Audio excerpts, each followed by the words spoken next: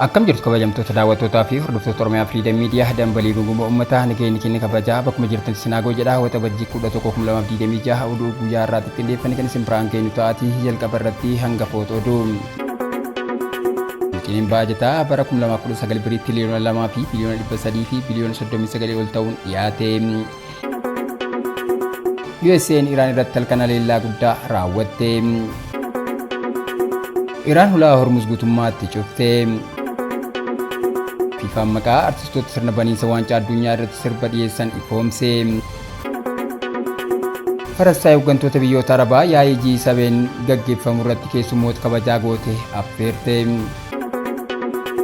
OFM dambalii guguma uummataa irraa oduu isinitti himuun kan isin waliin turu hanga daawwalaa buuti amma oduu bal'inaan.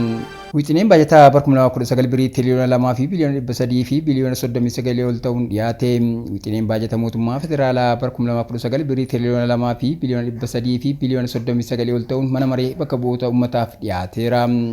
Wixineen baajataa mootummaa federaalaa bara 2019 birrii tiriliyoona 2 fi biliyoona 300 fi biliyoona 39 ol ta'uun mana maree bakka bu'oota uummataaf dhiyaateera.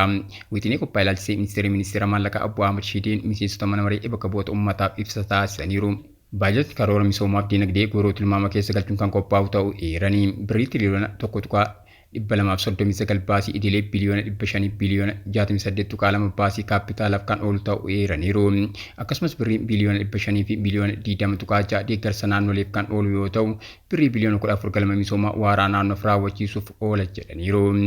Guddinni dinagdee bara baajataa 2019 10.1 akka ta'u tilmaamameera.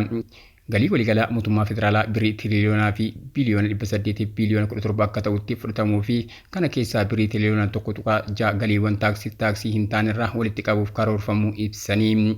Baajanni bara kana dhiyaates kan bara darbeerraa parsantaa 21.3 guddina qabaachuu kaasaniiru. Manni marichaa wixinee baajataa bara 2019 dhiyaate koree dhaabbiif qajeelche. Manni maree bakka bu'oota uummataa wixinee baajataa bara 2019 birrii tiriliyoona 2 fi biliyoona 300 biliyoona 39 ol ta'uun dhiyaate qorachuun koree dhaabbiif qajeelcheera. Manni marichaa walga'ii idilee har'a gaggeessee wixinee baajataa bara 2019 irratti mari'ateera. Birriin tiriliyoonni 2 fi biliyoonni 300 biliyoonni 39 fi miliyoonni 200 fi miliyoonni 68 ol baajata mootummaa federaalaa bara 2019 ta'uun dhiyaateera. Ministeera maallaqaa Obbo Ahmad Shidee wixinee dhiyaate ilaalchisee ibsa bal'aa taasisaniiru. Miseensonni mana marichaas wixinee dhiyaate irratti yaada qaban erga dhiyeessanii booda wixinichi koree dhaabbii dhimmoota pilaaniif baajataaf qajeelfame. USA'n Iraan irratti halkan haleellaa guddaa raawwatte. Waashingtan misaayila Tomahawk dabalatee naannoo Teeraanitti haleellaa gaggeessuu isii pirezidaantichi beeksisaniiru.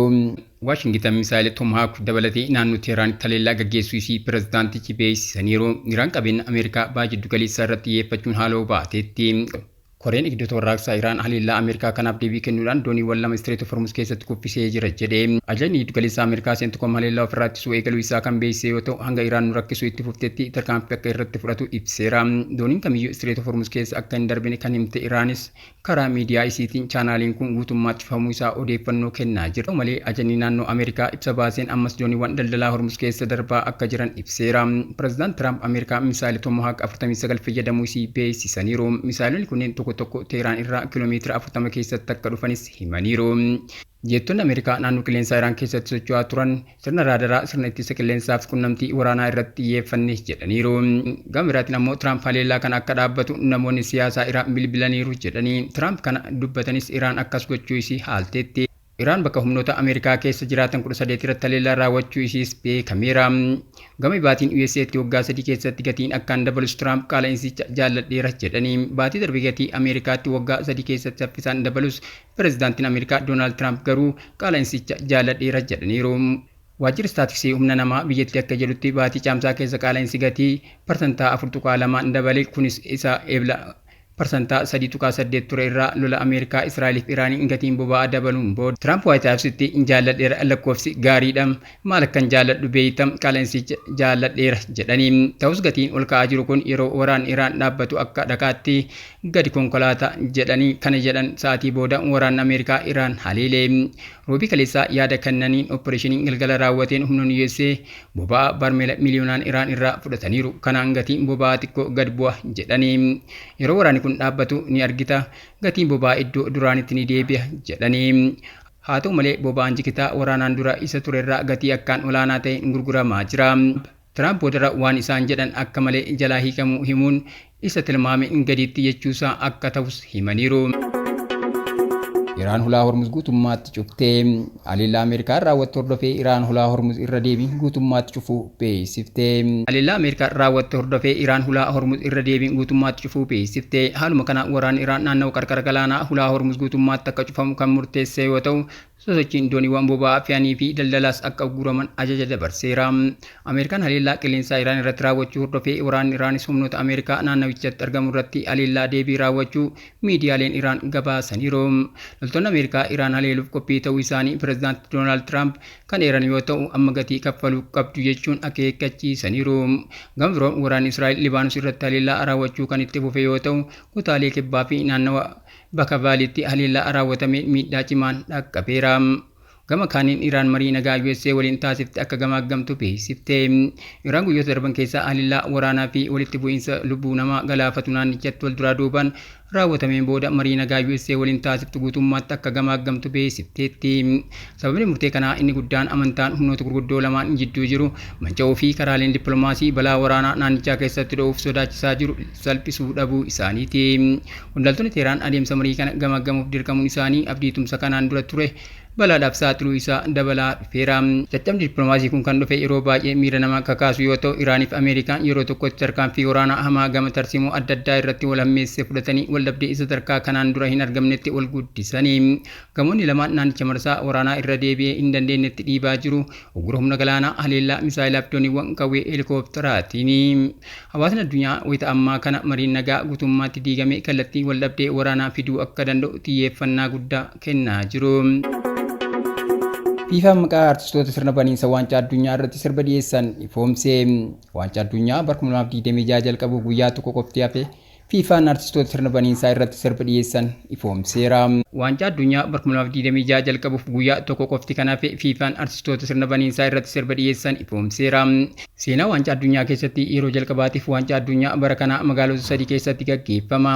Akka FIFAn ibsutti magaalonni keessummeessan sadan taphni jalqabaa jalqabuuf daqiiqaa 90 dura sirna baniinsaa isaanii ni raawwatu. Sirna baniinsaa kana kan qopheesse Maarko Baalich Daayirektarii taateewwan Olompikii fi Ispoortii hedduu qajeelcheedha. Ibsa daayirektarii kun kennanii sirni baniinsaa magaalota 3 keessatti gaggeeffamu kun eenyummaa aadaa biyya keessummeessitu karaa aartiitiin kan ibsamu ta'uu fi ergaa kubbaan miilaa addunyaa tokkoomsuu kan dabarsu ta'uu ibsaniiru. Akka FIFAn jedhutti sirni baniinsaa jalqabaa waxabajjii 11 istaadiyeemii Meeksikoo Siitii Meeksikootti ni gaggeeffama. Sirni baniinsaa kun waxabajjii 12 Kaanadaa istaadiyeemii Torontoo fi Ameerikaa istaadiyeemii Los Angeles keessatti gaggeeffama. Sirni baniinsaa istaadiyeemii magaalaa Meeksikootti taphichi Meeksikoo fi Afrikaa kibbaa jidduutti jalqabamu daqiiqaa 90 dura kan gaggeeffamu yoo ta'u, Shaakiraa fi Burnaaboy sirba ofiisaa waancaa addunyaa bara 2026 daayidaayi jedhu kan dhiyeessu ta'a. FIFAn urjiileen muuziqaa Laatiin Alejandro Fernandez, Blind, Danny Ocean, J Balvin, Lil Downs, Los Angeles, Azulsaa fi mana akka jedhanii. Alanis Morissette, Alessia Cara, Michael Bublé, Jesse fi urjiileen biyya biroo sirna baniinsaa waxabajjii 12 istaadiyeemii Torontootti gaggeeffamu irratti sirba dhiyeessu. Sirni baniinsaa kun guyyama sanatti Ameerikaan Paaragwaay waliin osoo hin taphatin dura istaadiyeemii Los Angelesitti kan gaggeeffamu yoo ta'u, artistoota akka Katy Perry, Future, Anita, Rimaa fi Thailand ni agarsiifama. Faransaay hooggantoota biyyoota Arabaa yaa'ii G7 gaggeeffamu irratti keessummoota kabajaa gootee affeerte. Pireezidaantiin Faransaay Emmanuel Macron hooggantoota biyyoota Masrii, Saudi Arabiyaa, Qaatarii fi Yuunaayitid Arab Emireet yaa'ii G7 torban dhufu Faransaaytti gaggeeffamu irratti keessummoota kabajaa ta'uun akka hirmaatan affeeraniiru. Pireezidaantiin Faransaay Emmanuel Macron hooggantoonni biyyoota Masrii, Saudi Arabiyaa, Qaatarii fi Yuunaayitid Arab Emireet yaa'ii G7 torban dhufu Faransaaytti gaggeeffamu irratti keessummoota kabajaa ta'uun akka hirmaatan affeeraniiru. Walga'iin G7 bara kana karaalee waldhabdee Iraanii fi biyyoota dhiyaa jidduu jiru mariidhaan salphisuu danda'an irratti xiyyeeffata jedhamee hooggantoonni kunneen dhiibbaa hamaa jeequmsa nageenyaa fi haleellaa Istireet Hormuz keessatti raawwatame keessumaa naannichaaf diinagdee addunyaa irratti bal'inaan ni mari'atu. Akka FIFAn jedhutti pireezidaantii Macron ergiin boba'aa Istireet Hormuz keessatti addaan cituun diinagdee addunyaa irratti dhiibbaa kallattiifamaa geessisaa jiraachuu ibsuun gatiin boba'aa akka ol ka'u taasiseera. Yaa'ii kana irratti hooggantoonni gurguddoon Arabaa afran hirmaannaan isaanii Iraan adda baasuuf tattaaffii godhamu bira darbee dhiyeessiin boba'aa tasgabbaa'aa naannichatti mirkaneessuuf tattaaffii dippiloomaasii taasifamuu daran murteessaa taasisa. Murteen kun tarkaanfiiwwan biyyoonni Arabaa biyyoota dhiyaa waliin tumsa nageenyaa qaban cimsuuf fudhataa jiran ifatti kan agarsiisu yoo ta'u, keessumaa haleellaa Iraan biyyoota naannichaa irratti raawwattu hordofeeti. waltajjii G7 irratti dhimmi Iraan sadarkaan olaanaan ta'uun isaa yaaddoo humnoonni addunyaa sochii waraanaa Iraan fiigicha dippiloomaasii cimaa ejjennoo waloo naannichatti deebisuuf taasifamaa jiru kan calanqisiisudha. kabajamtoota daawwattoota keenya tamsaasni keenya akka namoota hedduu bira ga'u peejii keenya follow share gochuun akkasuma YouTube chaanaalii keenya subscribe godhuu hin dagatinaa. Oduun guyyaa kanaaf qabannee kanneen turanii waan daawwattaniif galatooma.